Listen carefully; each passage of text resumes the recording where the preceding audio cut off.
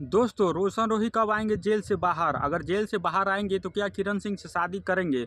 इस बात में कितनी सच्चाई है तो मैं आप लोग इस वीडियो में बताने वाला हूं। तो अगर चैनल पर नए हैं तो सब्सक्राइब करें और इस वीडियो को लाइक करना बिल्कुल मत भूलिएगा। चलिए वीडियो को स्टार्ट करते हैं। दोस्तों रोशन रोही के जितने सारे फैंस हैं सब इंतजार कर रहे हैं कि रोशन रोही कब आएंगे जेल से बाहर। तो दोस्तों मैं आप लोग बता दूं, रोशन रोही का बहुत ही जल्द बेल होने वाला है और बहुत ही जल्द रोशन रोही जेल से बाहर आने वाले हैं।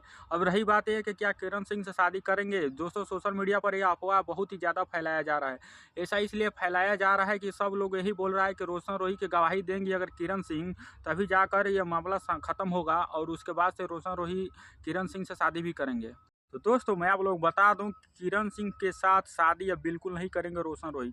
इतना सब होने के बाद कोई बंदा उसी लड़की के साथ शादी करेगा? बिल्कुल नहीं करेगा। तो यह जानकारी बहुत ही गलत है, ऐसा कुछ भी नहीं होने वाला है। लेकिन यह सच्चाई है कि रोशन रोही जेल से बाहर बहुत ही जल्द आने वाले हैं। तो आप लोग तैयार हो जाइए, आप लोग के लिए यह खुशखबरी है।